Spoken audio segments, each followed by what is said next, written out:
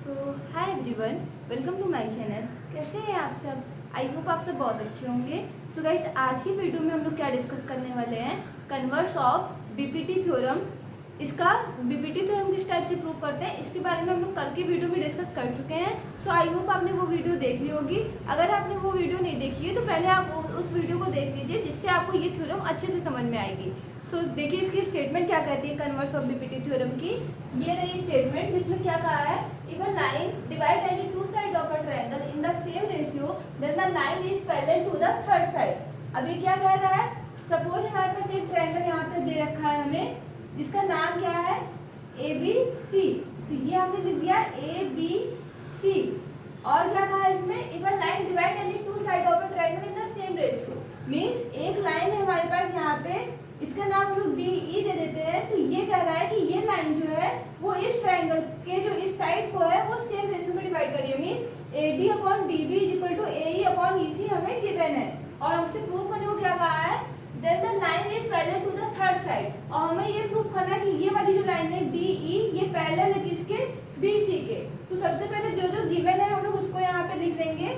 देखिए ये हम यहाँ पे लिखते हैं गिवन।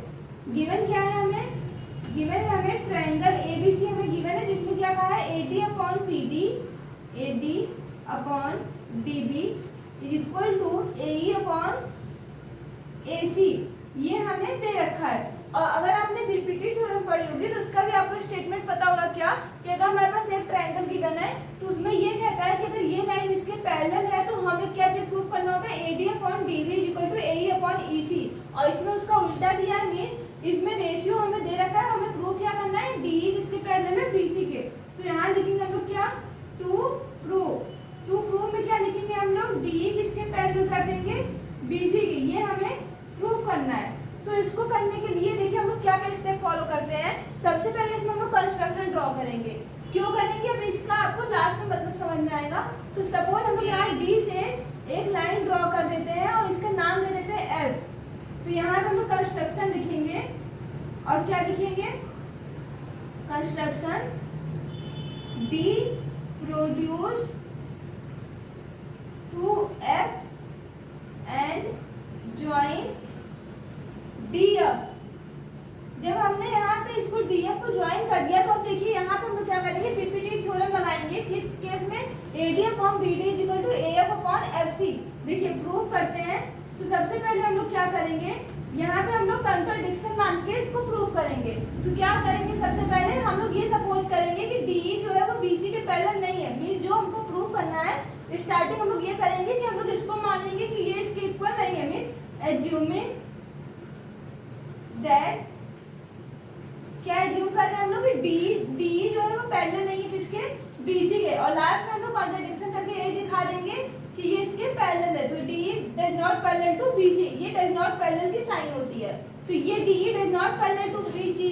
एंड बाय कंस्ट्रक्शन हमने क्या प्रूव किया है, बाय कंस्ट्रक्शन की बात करें तो हमने क्या निकाला है कि डी एफ किसके पैरेलल है, बीसी के। मीन्स डी एफ किसके पैरेलल है, बीसी के। और जब डी एफ पैरेलल है बीसी के तो हमने पीपीटी थ्योरम में क्या पढ़ा था कि जब एक लाइन, ये वाली लाइन इसके पैरेलल है तो ये डिवाइड करता है सेम रेशियो में। सो बाय बीपीटी थ्योरम हम लोग क्या लिख सकते हैं यहाँ पे, AD upon BD is equal to A F upon F C. So AD upon BD is equal to क्या हो जाएगा, A F upon F C. ये हमारा ए एफ है। ओके, अब इसको हम लोग मान लेंगे क्या, इक्वेशन नंबर फर्स्ट। तो इसको मान लीजिए इक्वेशन नंबर फर्स्ट। और देखिए गिवन क्या था हमें गिवन था कि एडी अपॉन बीडी जो होगा वो किसके इक्वल होगा, ए अपॉन एसी के। एंड यहाँ पे जो हमें गिवन है वो लिखेंगे क्या, AD upon BD is equal to किसके इक्वल है, ए अपॉन एसी के। सो ए अपॉन एसी, इसको मान लेते हैं इक्वेशन नंबर सेकेंड। और ये क्या है, हमें गिवन है। तो जो चीज गिवन है ना उसको हम लोग बगल में मेंशन कर देंगे। अब देखिए फर्स्ट इक्वेशन और सेकंड इक्वेशन देखने से हमको क्या मिल रहा है, एडी अपॉन बीडी जो है ए अपॉन एफ सी के इक्वल है। दूसरी इक्वेशन कह रही है हमें कि एडी अपॉन बीडी जो है वो ए अपॉन एसी के इक्वल है। मींस लेफ्ट साइड दोनों में सेम है, और जब लेफ्ट साइड दोनों जगह सेम हो तो मींस राइट साइड भी एक दूसरे के इक्वल होगा, है ना। तो उसके बाद हम क्या करेंगे, from equation first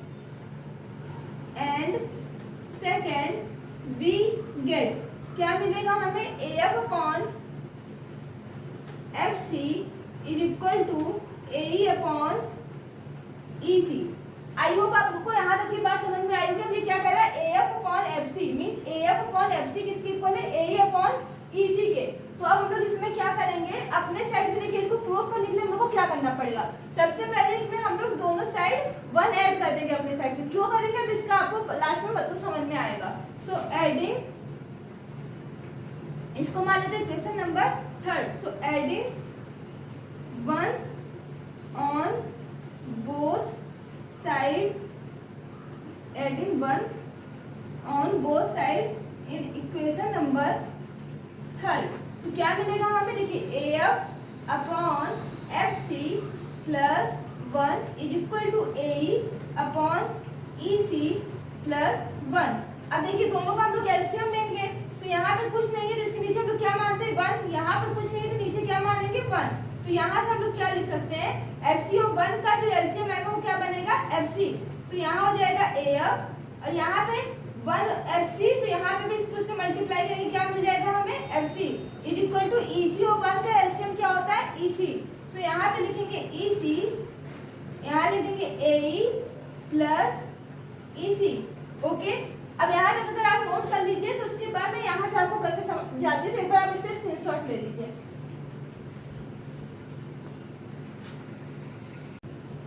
I hope आपने यहाँ तक स्क्रीनशॉट ले लिया होगा। अब इसके बाद की बात मैं इधर लिखती हूँ। तो देखिए A F plus F C, तो ये हो गया हमारा ए एफ और ये हो गया एफ सी। अब इन दोनों को ऐड करना है। तो जब ए एफ और एफ सी ऐड होगा तो हमें क्या मिल जाएगा, पूरा साइड मिल जाएगा। मीन्स इसके बाद की लाइन हम लोग यहाँ लिखते हैं तो क्या हो जाएगा, A F plus F C. A F plus F C क्या बनेगा हमारे पास, A C divide by F C. और यहाँ क्या करेंगे, ए प्लस ई सी अपॉन ई सी। तो ए प्लस ई सी, तो हम लोग ए और ई सी इन दोनों को ऐड करें तो हमें कौन सी साइड मिलेगी, ए सी मिलेगी। डिवाइड बाय हमें क्या दे रखा है, ई सी दे रखा है। तो देखिए ए सी यहाँ पर भी न्यूमरेटर में आ रहा है, ए सी यहाँ पर भी न्यूमरेटर में आ रहा है। और जब दोनों जगह सेम नंबर दिखे हमें या सेम साइड दिखे तो वो हमारी कैंसिल हो जाती है। सो ए सी हमारा ए सी से कैंसिल हो जाएगा। अब हम लोग क्या करेंगे, ई सी को इधर मल्टीप्लाई कर देंगे। यहाँ कुछ नहीं बचे तो क्या मानेंगे 1, यहाँ पे भी मानेंगे 1। तो ई सी 1 से मल्टीप्लाई होकर क्या बनेगा, ई सी, और एफ सी उधर जाकर मल्टीप्लाई हो तो क्या बनेगा, एफ सी। तो ये हमें क्या मिला, ई सी बराबर किसके आगे, एफ सी के। अब देखिए ई सी हमारी ये साइड थी, एफ सी हमारी ये साइड थी।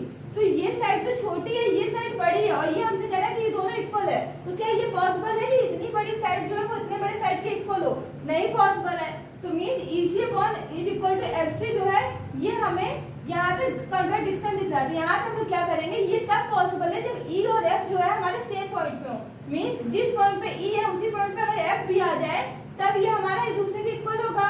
तो देखिए यहाँ पे हम लोग क्या लिख देंगे, this condition is only possible, कब पॉसिबल होगा, this condition is only possible when E और एफ हमारी जो है सेम पॉइंट पे आ जाए। E and F coincide each other, तब ये हमारा कंडीशन पॉसिबल होगा कि ई सी जो होगा वो एफ सी के बराबर हो जाएगा। सो हेंस यहाँ से हम लोग क्या कर सकते हैं कि जब ई हमारा एफ के ऊपर ही लाइज कर रहा है, मीन्स कि जो डी एफ पैरेलल था बी सी के, उसकी जगह हम लोग क्या लिख सकते हैं कि ये इसके ऊपर कोइंसाइड कर जाए। मीन्स डी किसके पैरेलल आ जाएगा, बी सी के। हेंस डी जो होगा किसके पैरेलल आ जाएगा, बीसी के। और हमें प्रूफ क्या करना था, प्रूफ भी हमें यही करना था कि देखिए यहाँ क्या कहा था, that the line is parallel to the third side. Means ये लाइन किसके पैरेलल आ गई, बीसी के। तो डी पैरेलल बीसी हमारा प्रूफ हो गया। तो यहाँ पे हम लोग लिख देंगे कि हमारा ये थ्योरम यहाँ पे प्रूफ होता है। तो अब आप इसका स्क्रीनशॉट ले लीजिए।